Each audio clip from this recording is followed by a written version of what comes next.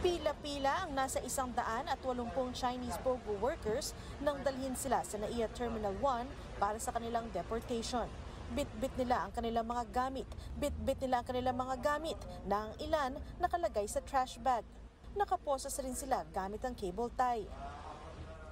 Ang babaeng ito umiiyak at napaluhod sa mga pulis, kasabay ng hiling na makausap ang kanyang fiancé na Chinese. Biglaan lang po. Ano, fiancé po, tama? Opo. Gusto ko lang po siya mayakap.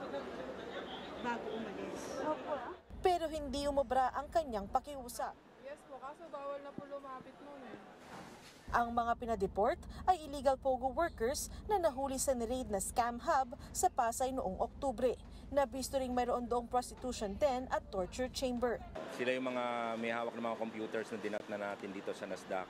At yun nga, sila yung mga involved sa cryptocurrency scams, sa romance scams, sa love scams, sa task scams at iba pang online scams na kinasasangkutan ng ng establishment na ito.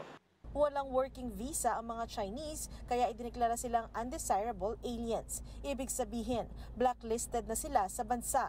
Ito na ang pinakamalaking deportation ng POGO workers ngayong taon at ginastusan ito ng ₱1,000,000 ng gobyerno.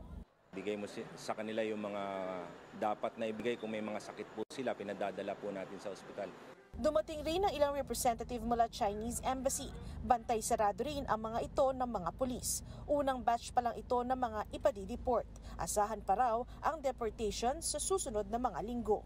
Para sa 1PH, Marlene Alcaide, News 5.